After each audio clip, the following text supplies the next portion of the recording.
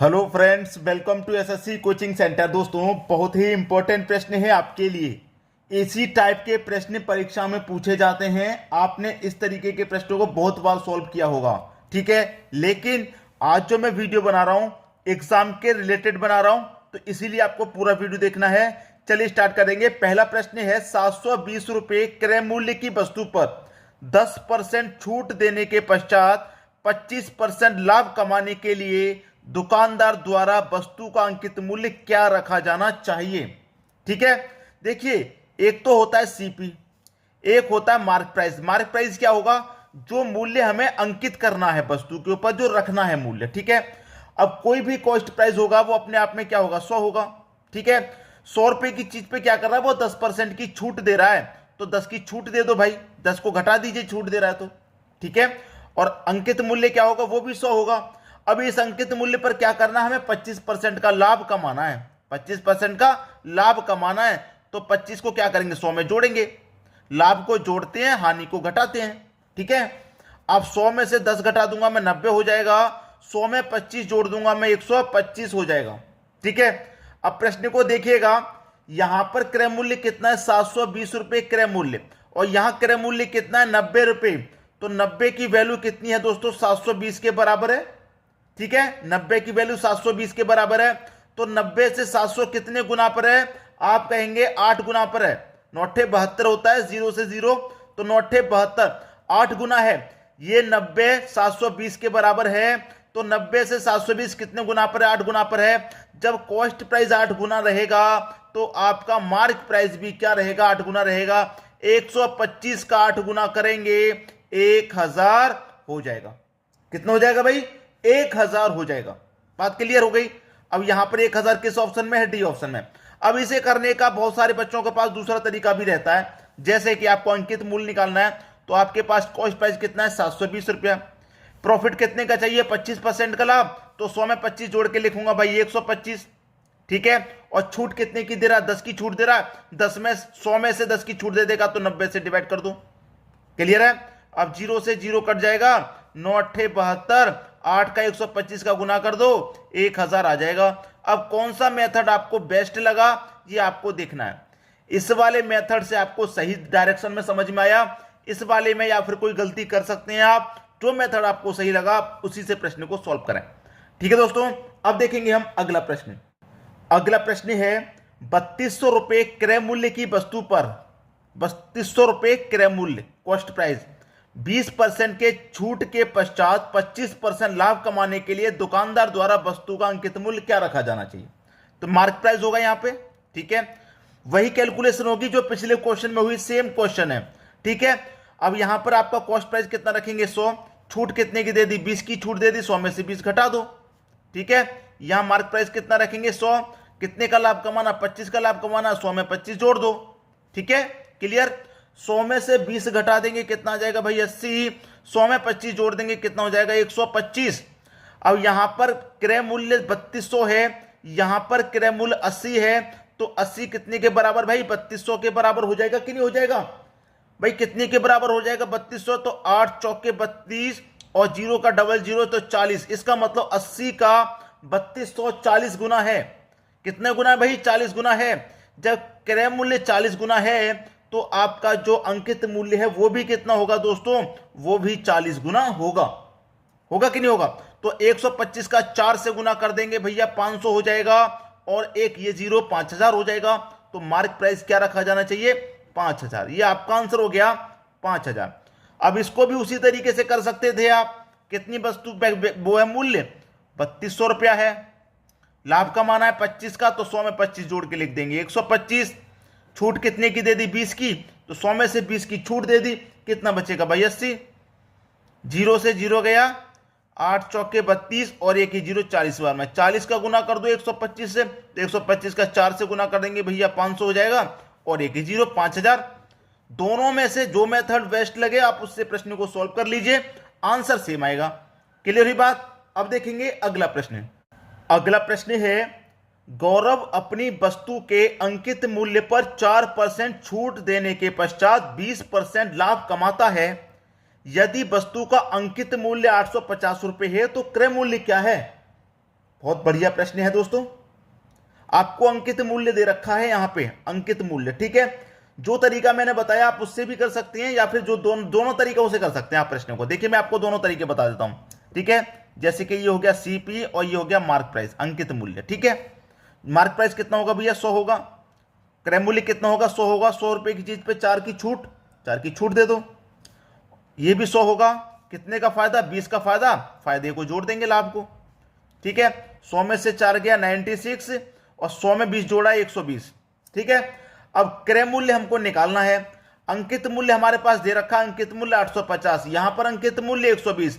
अब यहां पर देखिएगा ध्यान से कि मार्क प्राइस मेरा 120 है और यहां पर मार्क प्राइस मेरा कितना है, 850 है। कितना है भाई, 850 मेरा मार्क प्राइस है।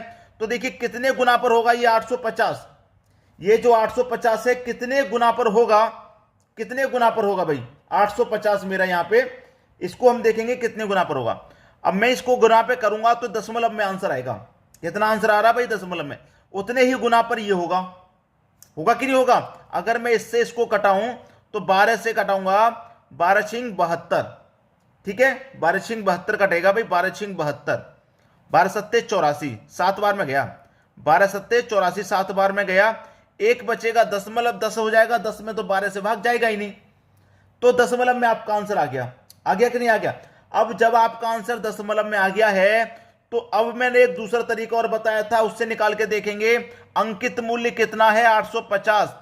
पहले के जो प्रश्न देखे थे उसमें क्रय मूल्य रहता था, इसमें अंकित मूल्य है, ठीक है। जब क्रय मूल्य रहता था तो लाभ को ऊपर लिखते थे जोड़ के, अब अंकित मूल्य है तो लाभ को नीचे लिखेंगे जोड़ के, याद रखना, ठीक है भाई। 20 का लाभ कमा रहा है तो 100 में 20 जोड़ के लिखूंगा 120, और 100 में से 4 घटाऊंगा तो 96, ठीक है। 100 में से 4 घटाऊंगा तो 96 आ जाएगा आपका। अब देखिए सीधा सीधा जीरो से आपका सीधा सीधा जीरो गया, 12 अट्ठे 96, 8 बार में कट गया, और 85 का गुना कर दूं मैं 8 से, तो 8 पंजे 40 का जीरो, कैरी का 4, 8 अट्ठे 64 और कैरी का 4 68, ये हो गया 680। आंसर आ गया 680 जो पहले ऑप्शन में दिया गया। याद रखेंगे प्रश्न को, ध्यान से करेंगे। मैंने क्या बताया, जब क्रय मूल्य रहता है ना, जब क्रय मूल्य रहता है तो लाभ को ऊपर लिखते हैं 100 में जोड़ के, और जब अंकित मूल्य रहेगा लाभ को नीचे लिखेंगे जोड़ के। प्रश्न समझ में आ गया। अब देखेंगे अगला प्रश्न। अगला प्रश्न है, एक व्यक्ति एक साइकिल को 10% लाभ पर बेचता है। यदि वह साइकिल 10% कम में खरीदे और 60 रुपए अधिक में बेचे तो उसे 25% का लाभ होता है। साइकिल का क्रय मूल्य था। देखिए ये तो हो गया आपका सीपी मतलब कॉस्ट प्राइस, और ये हो गया सेलिंग प्राइस, ठीक है। कॉस्ट प्राइस कितना होगा भैया, 100 होगा। 100 की चीज को क्या कर रहा है, वो 10% के लाभ पर बेच रहा है, तो इसका मतलब वो 110 में बेचेगा। वो कह रहा है कि अगर वो उसे 10% कम में खरीदता, 100 की चीज को 10% कम में खरीदता, तो इसका मतलब कितने में खरीदता, वो 90 में खरीदता, ठीक है। 90 में खरीदता, कम में खरीदे और 60 रुपए अधिक में बेचे तो उसे 25% का लाभ होता है, ठीक है। अब ध्यान से देखिएगा यहां पर इस चीज को, 90 रुपए की चीज है क्योंकि 10% कम में खरीदा है तो 90 की चीज है, और 25% का उसे लाभ हो रहा है तो 125 में बेच रहा है। भाई 90 की चीज का आप 125 में बेच लेगा, परसेंट का मतलब बटे में 100, ठीक है। जीरो से यहां जीरो कटा लीजिए, 25 का गुना 125 का गुना कर दूंगा मैं 9 से, ठीक है। कर दूंगा कितना हो जाएगा, 9 पंजे 45 का 5, ठीक है, कैरी का 4, 9 दुने का 18, कैरी का 4 22, 22 का 2, कैरी का 2, 9 एक कम 9, कैरी का 2 11, ये हो गया 1125। डिवाइड कितने से देना भाई, 10 से देना है। 10 से डिवाइड दूंगा, एक जीरो है तो एक संख्या बाद 10 में लग जाएगा, 112.5। तो पहले बेच रहा था 110 में, अब कितने बेचेगा, 112.5 में। कितने की वृद्धि हो गई, 110 से 112.5 में बेच रहा है तो 2.5 की वृद्धि हो गई। इतना अधिक में बेच रहा है पहले से वो, ठीक है, इतना अधिक में। क्लियर हुई बात, कितना अधिक में बेच रहा है, वो बेच रहा है 2.5 अधिक में। और रुपए में कितने में अधिक में बेच रहा है, रुपए में बेच रहा है 60 रुपए अधिक में, तो 2.5 की वैल्यू 60 के बराबर आपको निकालना है साइकिल का क्रय मूल्य, मतलब 100% का मान। जब 2.5% की वैल्यू 60 है तो 100% की वैल्यू कैसे निकालेंगे, इस 2.5 से डिवाइड कर देंगे 100% का मान निकालने के लिए 100 से गुना। तो यहां से दशमलव हटेगा, एक संख्या तो ऊपर एक जीरो, ठीक है। 25 से कटा लूंगा, 25 चौके 100, ठीक है, और 6 का गुना 4 से कर दो, 6 चौके 24 और 2 जीरो मतलब 2400। 100% की वैल्यू कितनी आ गई, 2400 आ गई। ये आपके प्रश्न का बिल्कुल सही जवाब हो जाएगा, सी ऑप्शन। उम्मीद करूंगा सभी को प्रश्न आसानी से समझ में आ गया। अब देखेंगे हम अगला प्रश्न। अगला प्रश्न है, एक पुस्तक के अंकित मूल्य पर 20% छूट देने पर एक दुकानदार को 15% का लाभ होता है। पुस्तक के क्रय मूल्य और अंकित मूल्य का अनुपात बताइए। क्रय मूल्य और अंकित मूल्य, अंकित मूल्य का मतलब मार्क प्राइस। क्रय मूल्य भैया कितना, 100 रुपया। कितने की छूट, 20 की छूट, तो 20 घटा दो 100 में से। मार्क प्राइस 100 रुपया, 15 का लाभ तो 15 जोड़ दो इसमें। ठीक है, 100 में से 20 घटाया 80, 100 में 15 जोड़ा 115। अब क्या पूछ रहा है, इनका अनुपात पूछ रहा है भाई। क्रय मूल्य और अंकित मूल्य का अनुपात पूछ रहा है, अनुपात घटा दो भाई। किसी कॉमन संख्या से दोनों को घटा दो, तो मैं देखूंगा 5 से ये भी कट जाएगा 16 बार में, और 5 से ये कट जाएगा 23 बार में, तो 16:23 आपके प्रश्न का सही जवाब है। 16:23, सी ऑप्शन आपके प्रश्न का सही जवाब हो गया। बात समझ में आ गई है। अब देखेंगे हम अगला प्रश्न। अगला प्रश्न है, किसी दुकानदार को कोई कपड़ा 9 रुपए प्रति मीटर की दर से बेचने पर 10% की हानि होती है। बताइए कि कपड़ा किस स्तर पर बेचा जाए कि दुकानदार को 15% का लाभ हो। बहुत बढ़िया प्रश्न, क्लियर। क्या मैं इस प्रश्न को होमवर्क के लिए दे सकता हूं या फिर मुझे कराना पड़ेगा? मुझे ऐसा लग रहा है ये प्रश्न मुझे कराना होगा, बहुत सारे बच्चे इस प्रश्न को नहीं कर पाएंगे। दुकानदार ने कोई कपड़ा 9 रुपए प्रति मीटर की दर से बेचा, ठीक है, 9 रुपए प्रति मीटर की दर से बेचा। जब वो बेचता है 9 रुपए प्रति मीटर की दर से, तो क्या होता है, 10% की हानि होती है। ठीक है, 10% की हानि होती है। बताइए कि कपड़ा किस स्तर पर बेचा जाए कि दुकानदार को 15% का लाभ हो।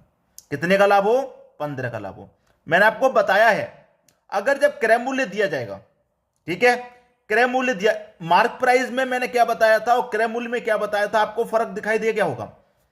15% का लाभ बताना है तो 100 में 15 जोड़ा 115, 10 की हानि 10 में घटा देंगे, 100 में से 10 को घटा देंगे 90। ठीक है, बस खत्म हो गया भाई प्रश्न। भाई 9 एक कम 9, 9 से 10 बार में कट गया। 10 से डिवाइड देना है 115 में, तो 1 0 से डिवाइड दूंगा तो एक संख्या बाद 11.5 आ जाएगा। अब ये 11.5 किस ऑप्शन में है, डी ऑप्शन में भाई। ये आपके प्रश्न का क्या हो गया, बिल्कुल सही जवाब हो गया, आंसर मिल गया। तो मुझे लग रहा था कि बहुत सारे बच्चे नहीं कर पाएंगे, कंफ्यूज में रहेंगे, इसलिए मैंने करा दिया। तो वीडियो को क्या करना है आपको दोस्तों, अधिक से अधिक शेयर और कमेंट, ठीक है, कमेंट करके बताना है। बात समझ में आ गई। वीडियो देखने के लिए आपका बहुत बहुत धन्यवाद।